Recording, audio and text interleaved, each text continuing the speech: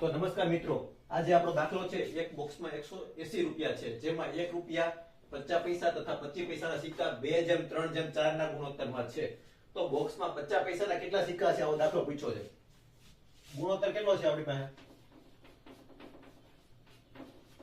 આ 1 રૂપિયા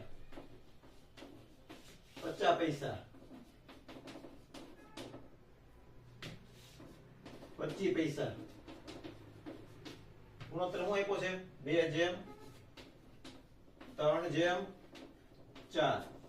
હવે આપણી પાસે આ ગુણોત્તર આપ્યો 2:3:4. આપણે આને રૂપિયામાં કન્વર્ટ કરી તો દાખલા તરીકે આ રૂપિયા આપણે ગણીએ, 2 ના ગુણોત્તરમાં 1 રૂપિયા હોય તો કેટલા રૂપિયા આપ્યા હોય? 2. 3 વડે 50 પૈસા સિક્કા હોય તો આપણે કેટલા રૂપિયા થાય? 1.5. શું કામ? 50 પૈસાના 3 સિક્કા લ્યો એટલે આપણે 1.5 રૂપિયો થાય એટલે 1.5. 25 પૈસાના 4 સિક્કા તો કેટલા રૂપિયા થાય? 1. બરાબર. આ આપણી પાસે કુલ રૂપિયા થઈ ગયા. તો કુલ રૂપિયા કેટલા થાય? 2 + 1.5 + 1 એટલે કેટલા થયા? 4.5 રૂપિયા.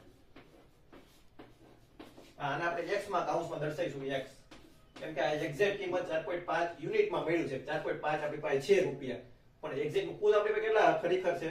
ખરેખર આપણી પાસે 180 રૂપિયા છે. તો 180 તો 4.5 રૂપિયા આ બાજુ આવી જાય તો 180 અને x એમનો રહે 180 ના છેદમાં 4.5. 4.5 ચોકુ 18 થાય એટલે 40 રૂપિયા. એટલે આપણી પાસે 1 યુનિટની કિંમત કેટલી આવી? 40 રૂપિયા. આપણી પાસે છે કેટલા? 50 પૈસાના 1.5. તો 50 પૈસાના રૂપિયા કુલ કેટલા થાય? આ બધી x લખી નાખું છું ગુણાકારમાં એટલે બધાને ખ્યાલ આવે.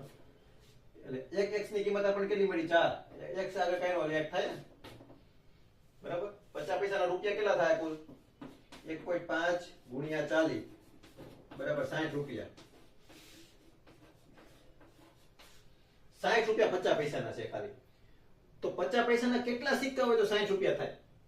તો 50 પૈસાના સિક્કા કેટલા થશે?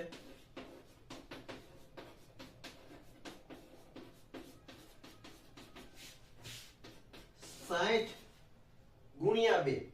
શું કામ? 60 રૂપિયા હોય તો 50 પૈસાના સિક્કા કેટલા હોય? 60 ગુણ્યા 2 120 સિક્કા હોય. 60 ગુણ્યા 2 120 સિક્કા. આ જવાબ.